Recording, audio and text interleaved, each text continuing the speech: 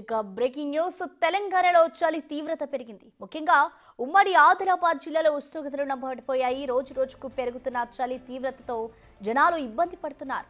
రాష్ట్రంలోనే రికార్డు స్థాయిలో కనిష్ట ఉష్ణోగ్రతలు నమోదవుతున్నాయి. బేలా మండలంలో 6.6 డిగ్రీలు, భీంపూర్ ఆర్ట్లీలో 6.7 డిగ్రీలు, ఆదిలాబాద్ రూరల్లో 7.1, మావలిలో 7.2, జైనాద్లో 7.3 డిగ్రీలుగా ఉష్ణోగ్రతలు నమోదయ్యాయి.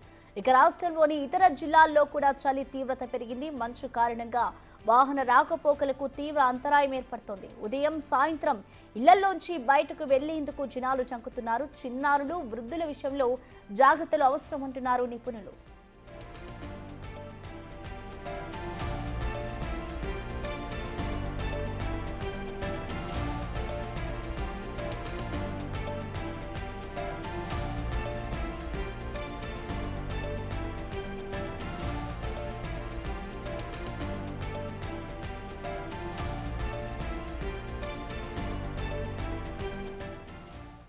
చలి తీవ్రతకు సంబంధించిన కంప్లీట్ అప్డేట్స్ ని మా ప్రతినిధి సాయిన్ అందిస్తారు. సాయిన చెప్పండి, మనం చూసుకుంటే గత 2 రోజుల నుంచి కూడా చలి తీవ్రత అధికంగా ఉంది. ప్రజెంట్ మీరున్న లొకేషన్ లో అప్డేట్ ఏ విధంగా ఉంది? చలి తీవ్రత ఎలా ఉంది సాయిన?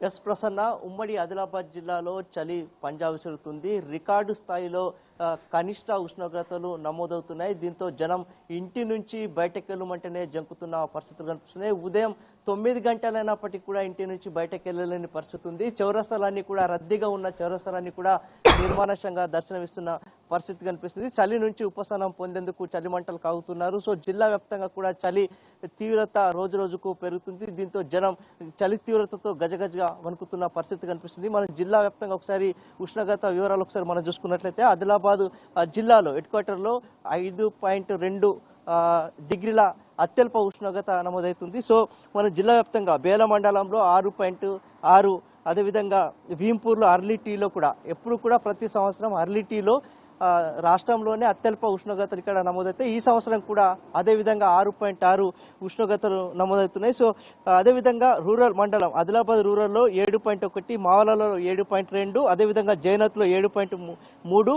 గరిష్ట స్థాయి ఏదైతే 10 డిగ్రీల లోపే గరిష్ట స్థాయి ఉష్ణోగ్రతలు నమోదు కావడంతో జనం ఇంటి నుంచి బయటకు వెళ్ళమంటేనే బెబ్బెలెత్తుతున్న పరిస్థితులు కనిపిస్తున్నాయి. చలి తీవ్రత నుంచి ఉపశమనం పొందేందుకు చలిమంటకు అవుతున్నారు. సో నేషనల్ హైవే పైన దట్టమైన పొగమంచు కమ్ముకోవడంతో వాహనదారులు తీవ్ర ఇబ్బందులు పడుతున్న పరిస్థితి కనిపిస్తుంది. సో ముఖ్యంగా చూసుకున్నట్లయితే ఏజెన్సీ ప్రాంతాలు ఏవైతే ఏజెన్సీ ప్రాంతాలంతా కూడా చలి దుప్పటి కమ్మేసింది. దీంతో జనం గూడెల్లో గిరిజన ప్రాంతాల్లో ఉన్నటువంటి ప్రజలు చాలా తీవ్ర ఇబ్బందులు పడుతున్న పరిస్థితి కనిపిస్తుంది. చలి తీవ్రత నుంచి ఏదైతే కూలీ నాలి పనిచేసుకునే వారు చేన్లకు వెళ్ళమంటేనే ఇబ్బందులు పడుతున్న పరిస్థితి కనిపిస్తుంది. జిల్లాలో చలి తీవ్రత రోజు రోజుకు పెరుగుతుంది. దీంతో జనం అంతా తీవ్ర ఇబ్బందులు పడుతున్నారు. సో ఏదైతే గత 2 రోజుల నుంచి మరింత చలి ఎక్కువగా ఉండడం వల్ల జనం తీవ్ర ఇబ్బందులు పడుతున్నారు.